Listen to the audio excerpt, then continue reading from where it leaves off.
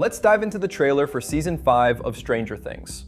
It opens on that very Hawkins Public Library, the same one where, at the end of Season 4, the biggest portal to the Upside Down tore open, wrecking part of the building. That place immediately feels symbolic, not just because it's right in the center of town, as if Vecna struck straight at the heart of Hawkins and erased its normal life, but for a deeper reason. Because this is also the spot where, at the end of Season 1, Hopper and Joyce found Will Byers wrapped in vines. Apparently, this was where Vecna first built some kind of nest, the place where all the missing kids ended up. That's where the Demogorgon brought Will. Or maybe it wasn't the Demogorgon? As one theory goes, Will wasn't actually taken by the Demogorgon. It was Vecna. First of all, the silhouette in that scene doesn't look like the 3-meter monster with a flower for a head. And secondly, the Demogorgons don't use telekinesis. At least, the show never shows them doing it. They can jump, fight, but move objects with their minds? Nope. But who can do that? Vecna can. Season 1 of Stranger Things was basically a self-contained story. A start, a development, and a pretty obvious, well-crafted final in Eleven's sacrifice. Back then, the Duffer Brothers and the streaming platform hadn't even dreamed the series would explode like this, which is why they had to expand the story further, complicate every little piece. And only at the end of Season 4 did we learn about one. Up until then, the gang had always been fighting the Mind Flayer or other physical forms of evil. That plot twist, on one hand, changes the whole structure of the show, and on the other, creates a trap and plot holes that we fans try to fill with wild theories. Don't worry, it's a little bit eccentric, but completely harmless. And this theory works pretty well because of that fuzzy dark shot of the unknown silhouette. But the obvious thing, in Season 1, the main villain was clearly the Demogorgon. Otherwise, why bother with the final battle against Eleven? Most likely, Season 5 will explain Will's disappearance and maybe show us exactly what happened to young Will Byers in the Upside Down. In the new video showcasing the first 5 minutes of the season, we finally see the first encounter between Vecna and Will, right after the Demogorgon chases him through the branches of the trees. We see Vecna in his original form, before the kids burned him. His visual representation at the start of the trailer is clearly different from the one at the end. But the biggest clue, his voiceover line. At long last, we can begin. Long last, we can begin. That clearly hints that Will was not abducted randomly. Vecna and the Mind Flayer planned from the start that he would be their agent or spy in our world, which we glimpsed in Season 2. And he could be saying that line to Will at their first meeting.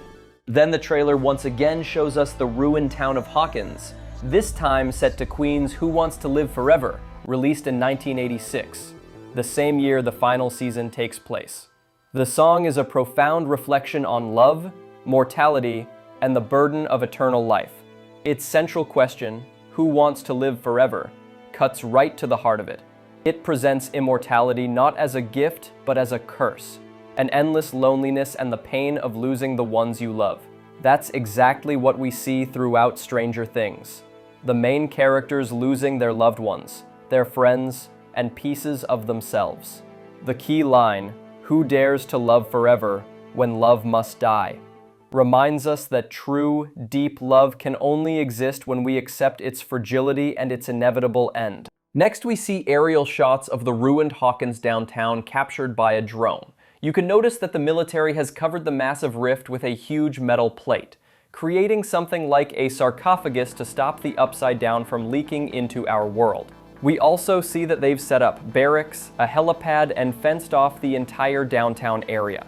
In the extended version of Eleven and Mike's conversation, we hear Elle telling him that what's happening now is nothing like any of their Dungeons & Dragons campaigns, and that this time, there's no way to write an ending. This isn't like one of your campaigns.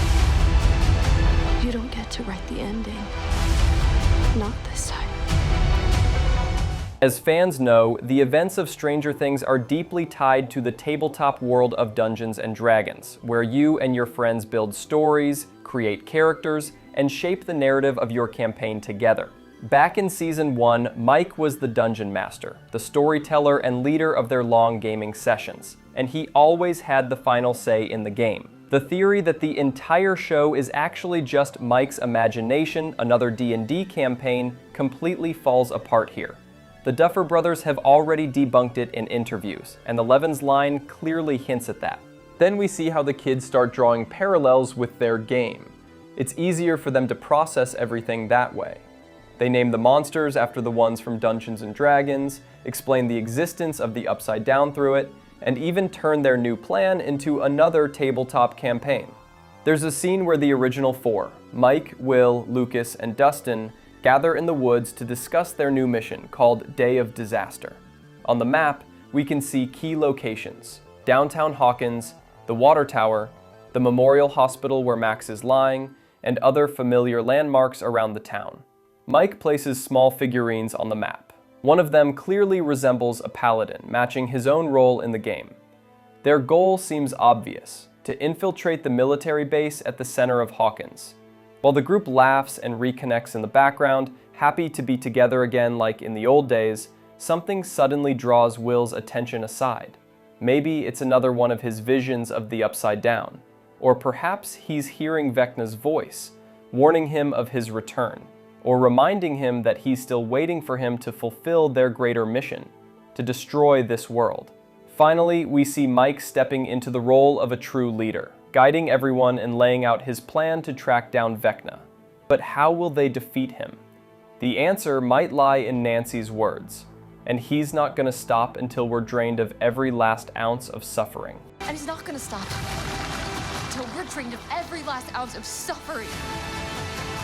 As we know, since Season 4, Vecna has been feeding on those very emotions: pain, guilt, and suffering, growing stronger and stronger because of them.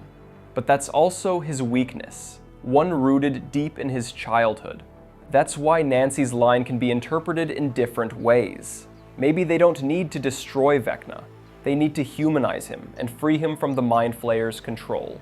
Vecna's ultimate goal is for his new, perfect dimension to consume our corrupt world, the one he's hated since childhood. But how do you stop him when the stakes keep rising and the suffering never ends? In a voiceover, Mike says they're trapped here forever, that he doesn't see an end to the pain. Yet if they get even one chance, they have to take it. I'm really starting to lose it. Being stuck in here, no end in sight. Maybe tonight is our break. We find Vecna, we end this once and for all. Together. Most likely, throughout the first part of Season 5, Will serve as the main bait to draw Vecna out of hiding, since he has a direct connection to both Vecna and the Mind Flayer. He's back. Will is essentially Vecna's key to destroying our world. That would make Will not just a puppet in the hands of the main villains, but the true antagonist of the story. I told you, they upset him. They shouldn't have done that. They shouldn't have upset him. The spy. The spy!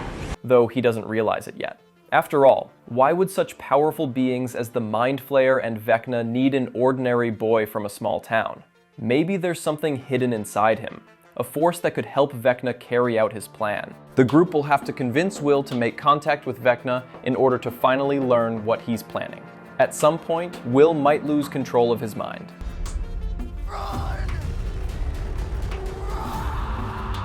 And that could trigger Vecna to come out of hiding and attack downtown Hawkins, where a trap has already been set for him. Of course, that plan doesn't sound too great. We see that heavily armed soldiers led by Dr. K are positioned against them. But apparently, at some point, the soldiers get distracted when Demogorgons pour out of the portal and turn their attention toward the military instead. Then, in the chaos, Vecna appears and reaches Will, who lies on the ground completely drained. We can see that Joyce, Mike, Derek, and the rest of the kids are nowhere around. Maybe that was the plan all along, to deliver Will directly to Vecna, where he'll be offered one last chance to rejoin him. One last time.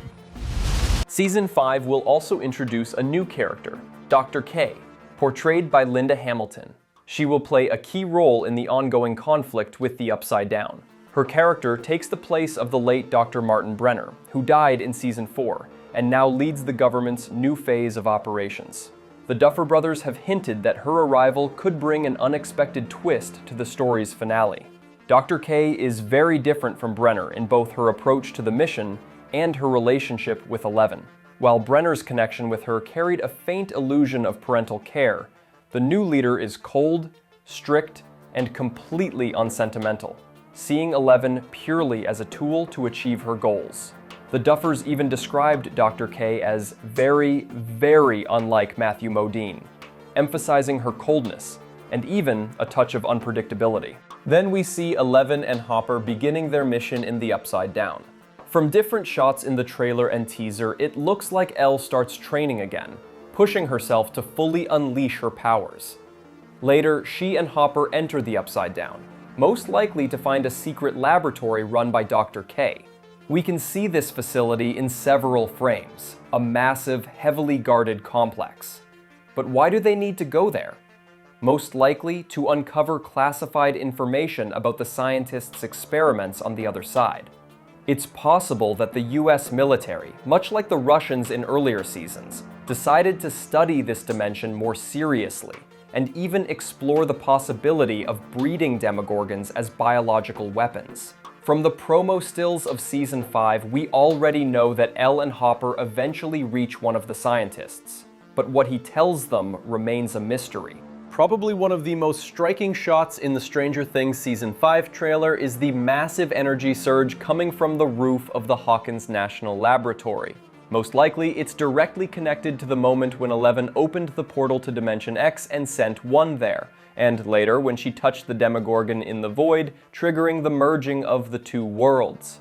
The Hawkins Lab remains the main link between these dimensions, and when they overlap, they release bursts of energy into the atmosphere.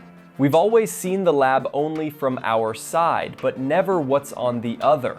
That's what Nancy, Jonathan, Steve, and Dustin are set to discover. As we saw in the previous teaser, they're standing right outside the lab's entrance. Later in the trailer, Nancy and Jonathan climb to the top to witness the energy discharge firsthand, something that could eventually lead to the fusion or even collapse of both dimensions. It seems these energy surges will keep happening more and more often, and the group will have to find a way to stop the worlds from merging. Among the new footage are several expanded scenes. Lucas in the tunnel attacked by a Demogorgon. Another one shows him trying to rescue Max from the hospital as Demodogs storm the building, and interestingly, he's carrying a radio receiver with him. We also see Holly running to Karen after a Demogorgon attack, Robin and Murray watching as the Upside Down begins seeping directly into their world beneath the radio station, and Elle, Joyce, and presumably Hopper descending into the tunnels. Finally, an epic battle between Demogorgons and the military, a scene that definitely deserves a rewatch on its own.